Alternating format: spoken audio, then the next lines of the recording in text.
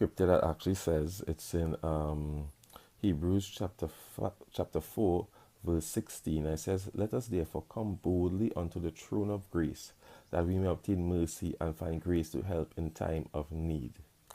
And I was thinking about that, and God is so fantastic. I'm thinking this is the God of all heaven, the one who is busy on a daily basis, keeping the world in its balance, keeping order, feeding the animals, the fishes, the birds, taking care of all our needs. So God is busy, let's put it that way. Yet still, and how much people in the world now? Maybe about 7 million people, thereabouts, and each one of us, given being a child of God, once converted, could come boldly to God.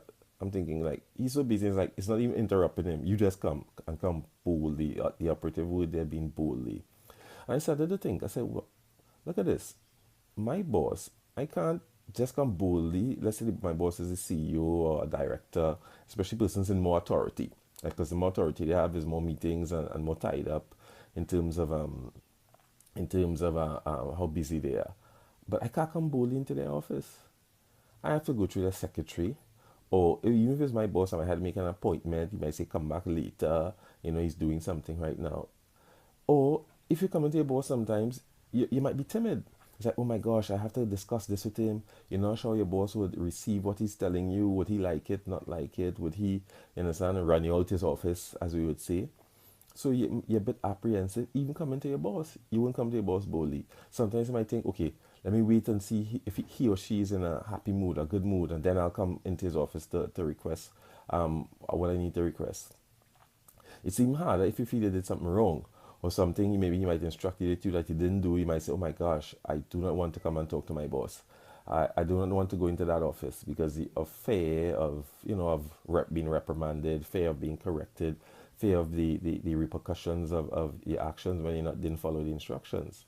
Sometimes for kids, even the same way with your parents. You're afraid to come to your parents because, mommy and daddy might scold me. Mommy and daddy would not be pleased. Yet still, the God of all heaven, the one who manages the entire universe, says to you and I, as his children, to come boldly before him. Walk in his office, walk in his heavenly throne place and make our petitions known. Walk in this throne room and ask for grace and mercy. You understand? Compassion, even when we do something wrong. So my word for you this morning is just to be happy.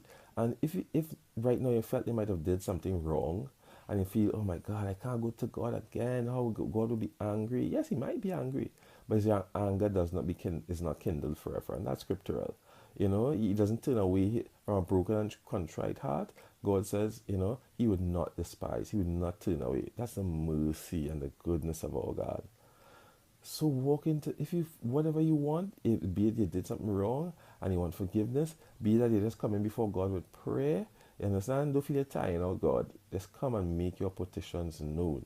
So I want you to pull back your chest this morning and say, wow, I'm a child of God. And I could come to the throne of God and get what I want to get. Because my God hears my plight. So this morning my encouragement to you is come boldly. We have a God who's willing to hear. Fear not. Get up off your bed, go to the throne room, go in your prayer room, and get to the throne room of God and make your petitions. You're driving your car right now and you're hearing me, then right there in your car you can say, God, and call upon the Father, and the Father wants you. Is going to hear you and going to answer you. And even if you come timid, is I taking liberties here to say, even if you come timid, it might be upsetting God a bit. Because God say, come boldly before me. I'm God. I'm sovereign. I'm righteous. Yes, but come boldly because that shows me that you understand who I am. So if you come timid, it's like, Lord, and so God say, no, that's not how I want you to come. That's not how I want you to come. The world wants you to come before a earthly king in a I won't say a timid manner, but maybe a timid manner.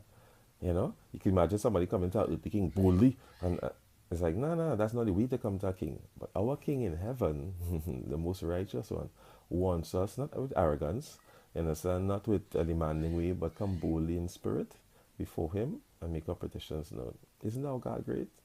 Isn't our God wonderful to give us such an opportunity? Blessed be our God. I pray you have a wonderful day, and he's with you as always. God bless you.